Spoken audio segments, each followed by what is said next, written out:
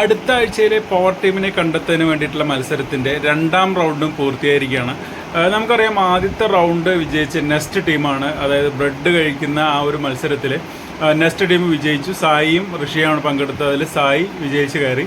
അടുത്ത രണ്ടാമത്തെ റൗണ്ടിൽ എന്ന് പറയുന്നത് സോഫ്റ്റ് ഡ്രിങ്ക്സ് കുടിക്കുക എന്നുള്ളതാണ്. അത് പ്രത്യേകമായി തയ്യാറാക്കിയിട്ടുള്ള ഒരു ഉറി പോലൊരു സംഭവം, അതിനകത്ത് കൈ കൊണ്ട് ബാലൻസ് ചെയ്തിട്ട് ഡ്രിങ്ക്സ് കുടിക്കുക എന്നുള്ളതായിരുന്നു. വളരെ റിസ്ക് ഉള്ളൊരു സംഭവം. ഒരു ട്രിക്ക് ഉപയോഗിച്ചാൽ മാത്രമേ അത് നമുക്കത് കുടിക്കാനായിട്ട് പറ്റുള്ളൂ. അതിന് നെക്സ്റ്റ് ടീം തിരഞ്ഞെടുത്തത് നോറയായിരുന്നു. നോറ ഒരിക്കൽ കൂടി തെളിയിക്കുകയാണ് വെറുതെ ഡയലോഗ് അടിക്കാൻ മാത്രമേ പറ്റൂ എന്നുള്ളത്. കാരണം ഒരു ഗ്ലാസ്സിലെ വെള്ളം പോലും നോറയ്ക്ക് കുടിക്കാനായിട്ട് പറ്റിയില്ല. അപ്പുറത്ത് സിബിൻ 7 ഗ്ലാസ്സാണ് ആ സോഫ്റ്റ് ഡ്രിങ്ക്സ് കുടിച്ചത്.